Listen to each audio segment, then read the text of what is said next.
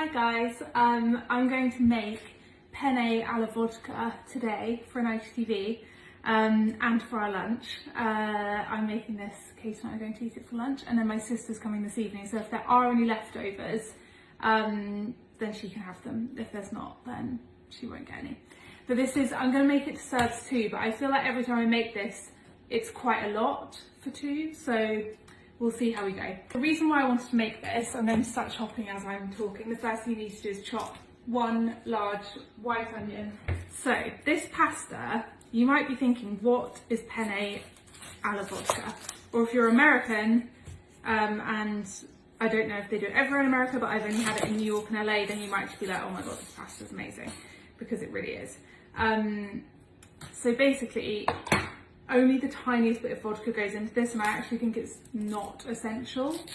I shouldn't say that because it's kind of why the recipe is so famous, but I have actually forgotten to put vodka in before and it's still just as delicious.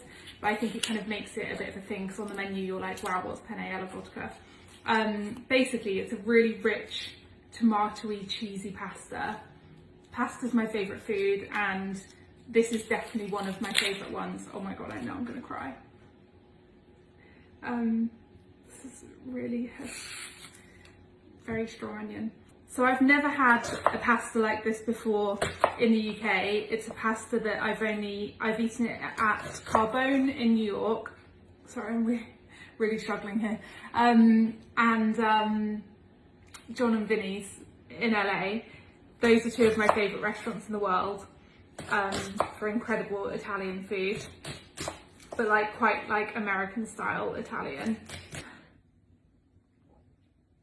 Oh my god, why is this happening?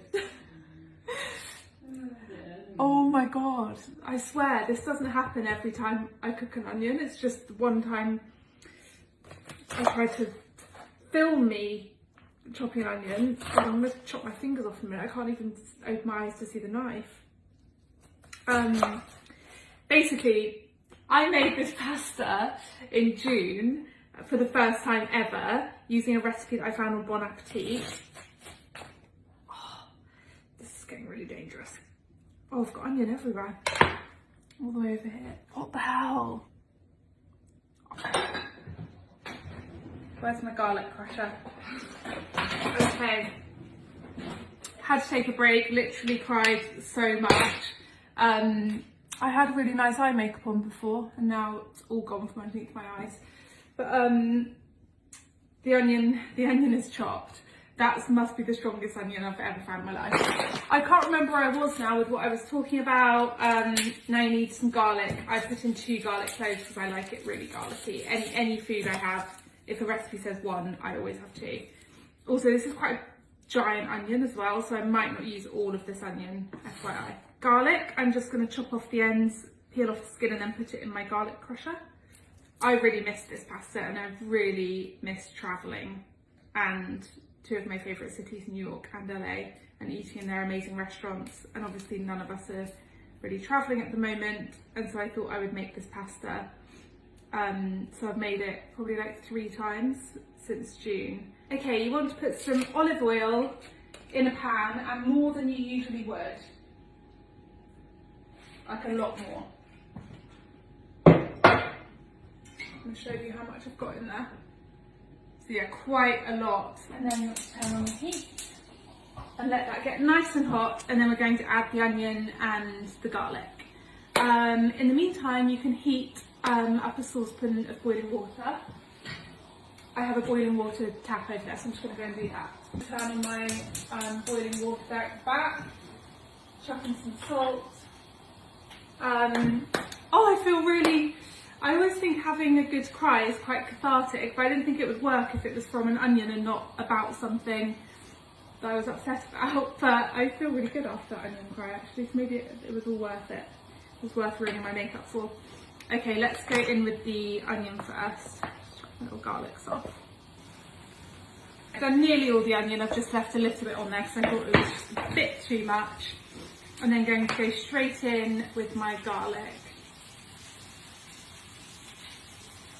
I have my instructions written out on a piece of paper, don't judge my writing. And the next step is Well, we're going to leave those until they go brown, the onion and garlic, so probably about 5 minutes in there. And then you're going to need some tomato puree.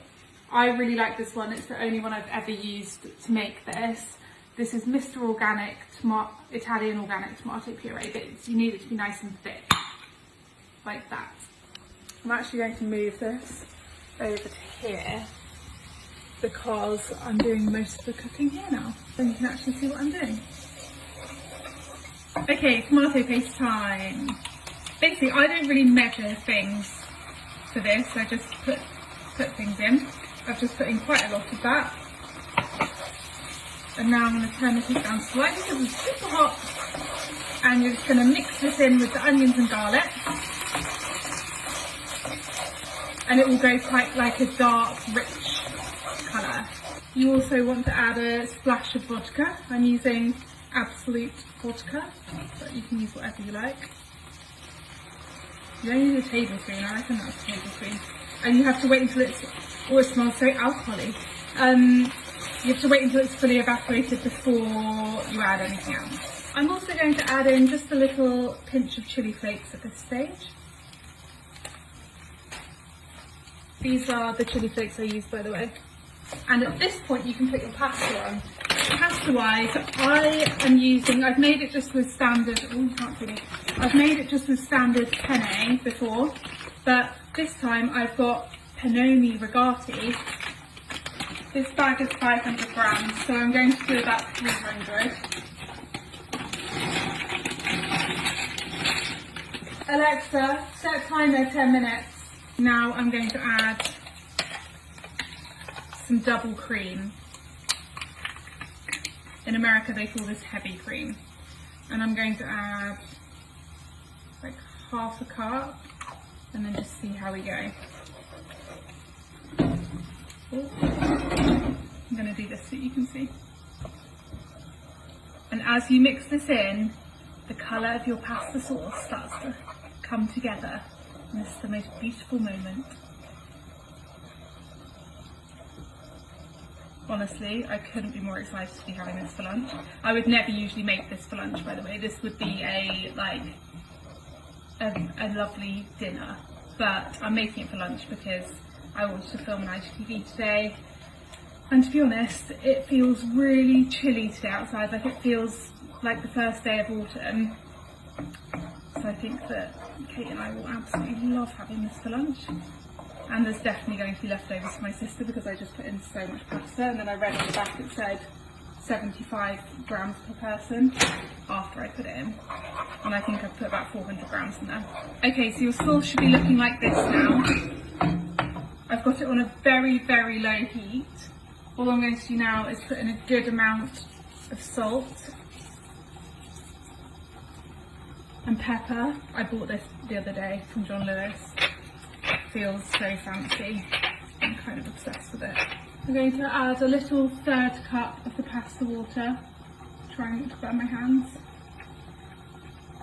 I'm going to add this to my sauce just to make it a bit more fluidy.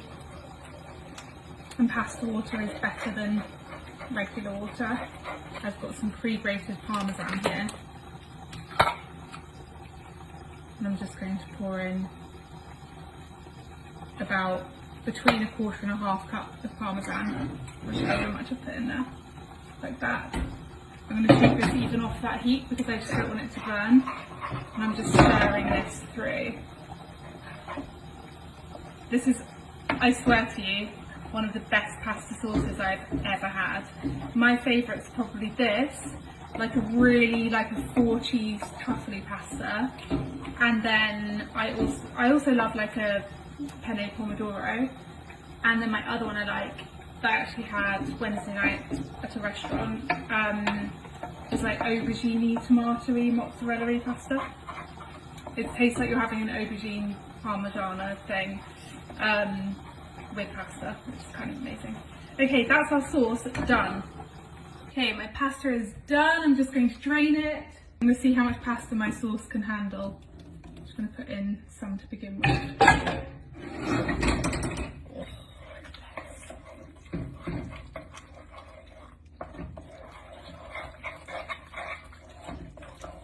You want to make sure all your pasta is coated in sauce.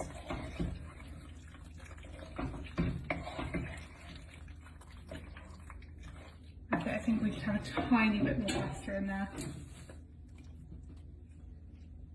Yeah, so I'm only leaving a little bit of pasta left in there. So perhaps perhaps this serves 4 and not 2. We'll see. Depends how hungry you are. I always think those serves things are different. And that is the pasta complete. Look how good it looks. No, it's just whoopsie. Serve it up without making a huge mess. Oh no. Pasta is going everywhere. Okay, please excuse the mess that I just made from serving out the pasta, but the pan was really heavy and it's really hard to pour pasta out of a wok. Okay, I would say the amount that I made serves 3 because I'll show you what's left in the pan. It's quite a small third portion, but yeah, and then I have my bowls here, and then all I'm going to do is take my parmesan. Let's just check you can see this. And cover them in parmesan. And that right there is one of the best bowls of pasta you will ever eat, I promise you. If you make this, please send me a photo on Instagram, or if you post a photo on Instagram, tag me, because I see all the photos that you tag me in on the stories and on Grid or whatever you like to do. And I would love to see you guys make it, and I hope that you enjoy it if you do make it, because it is amazing. How hot is this going to be for me to try right now? My favourite food.